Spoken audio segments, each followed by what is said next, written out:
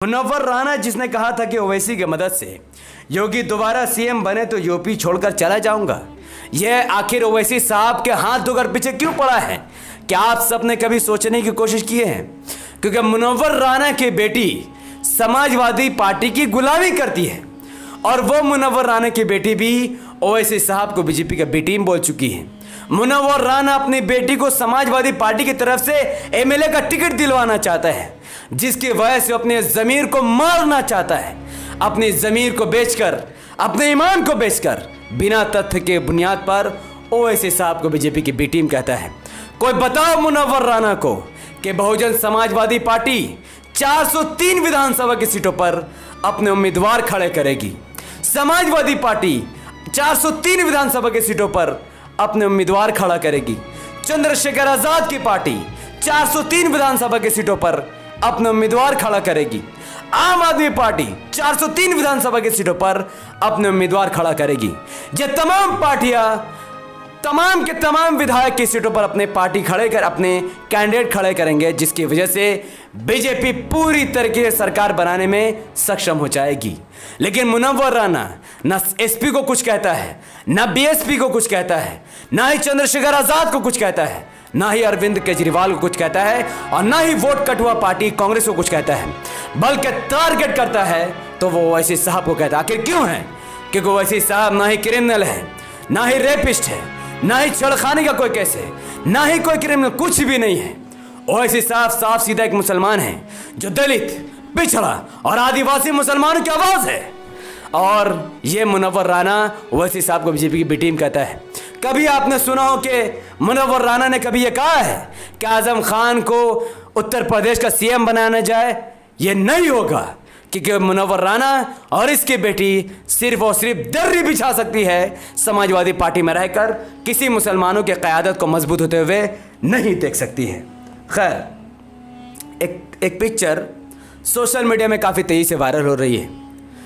हम देख सकते हैं कि अखिलेश यादव प्राइवेट प्लेन में, करोड़ों रुपए के प्लेन में योगी आदित्यनाथ जैसा दिखने वाले व्यक्ति के साथ खाना खा रहे, लंच कर रहे, जाने क्या कर रहे हैं।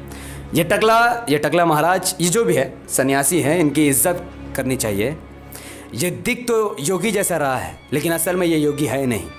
मेरे ख्याल में या तो ये योगी का भाई है या फिर ये कोई और है। अगर आप में से किसी को इसके बारे में कुछ भी इन्फॉर्मेशन है, वो कमेंट में मुझे बताए कि ये टकलो महाराज आखिर है कौन, ताकि मैं इसके बारे में खूब जांच पड़ताल करके वीडियो बना सकूं कि आजम खान जेल में मर रहा है और अखिलेश यादव इनके साथ प्लेन में ऐश कर रहा है।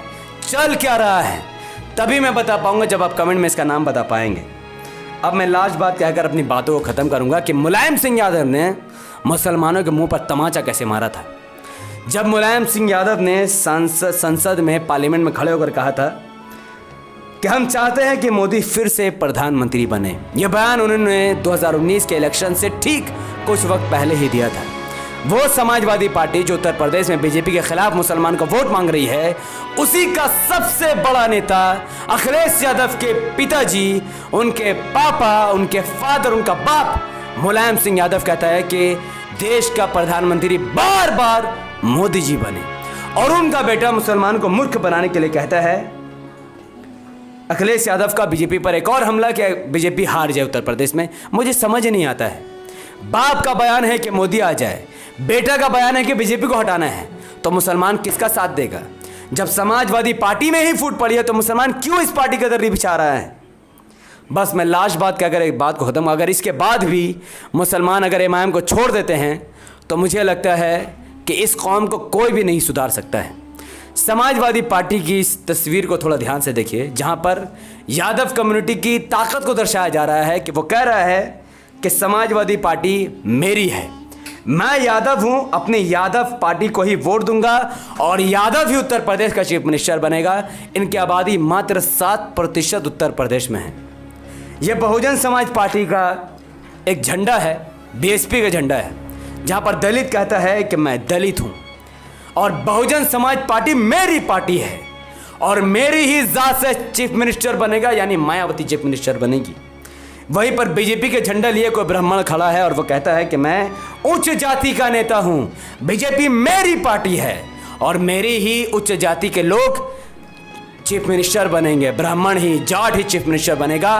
अपर कास्ट के लोग ही चीफ मिनिस्टर बनेंगे। लेकिन मुसलमानों का हाल तो ऐसा होना चाहिए कि मुसलमानों को क्या कहना चाहिए था कि अगर यादव की पार्टी समाजवादी पार्टी है, अगर दलित की पार्टी बहुजन समाज पार्टी है, अगर अपर कास्ट की पार्टी बीजेपी है, तो फिर मुसलमानों की पार्टी एआईएमआईएम है।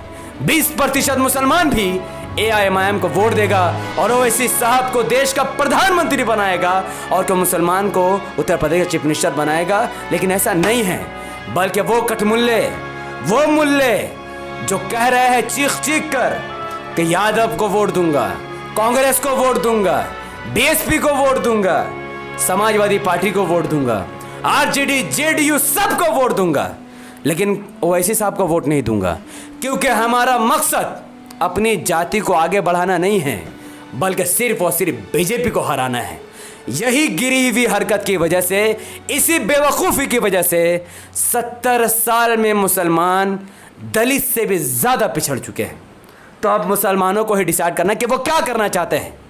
यादव दलित और उच्च जाति के लोगों से सबक लेते वो अपनी पार्टी एमआईएम को वोट देना चाहते हैं, या फिर 70 साल के जैसे इस बार भी यादवों के आगे झुककर, दलित आदिवासी के आगे झुककर, दर्री बिछाकर उनके नेताओं को चीफ मिनिस्टर बनाना चाहते हैं।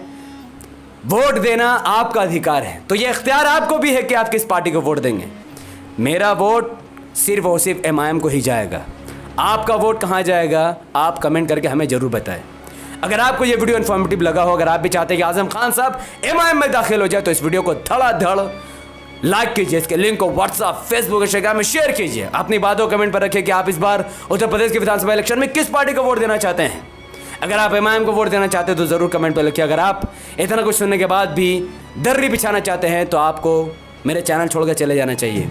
मुझे ऐसे लोगों की कोई ज़रूरत नहीं जो कौम को बर्बाद कर रहे हैं। ऐसे लोगों की ज़रूरत है जो हिम्मत वाले हैं, जो कौम को आगे बढ़ाना चाहते हैं, नाइंसाफ़ी की लड़ाई लड़ना चाहते हैं, जो लोग वीडियो को शेयर करते हैं, लाइक करते हैं, कमेंट करते हैं और ओवैसी साहब की मदद के लिए जो जहाँ से भी है वहाँ से उनके लिए दुआएं करते हैं। बहुत बहुत शुक्रिया। अस्सलाम वालेकुम रहमतुल्लाहि व बरकातहू। अल्लाह की सलामती रहमत व बरकात आप तमाम भाई और बहनों पर हो।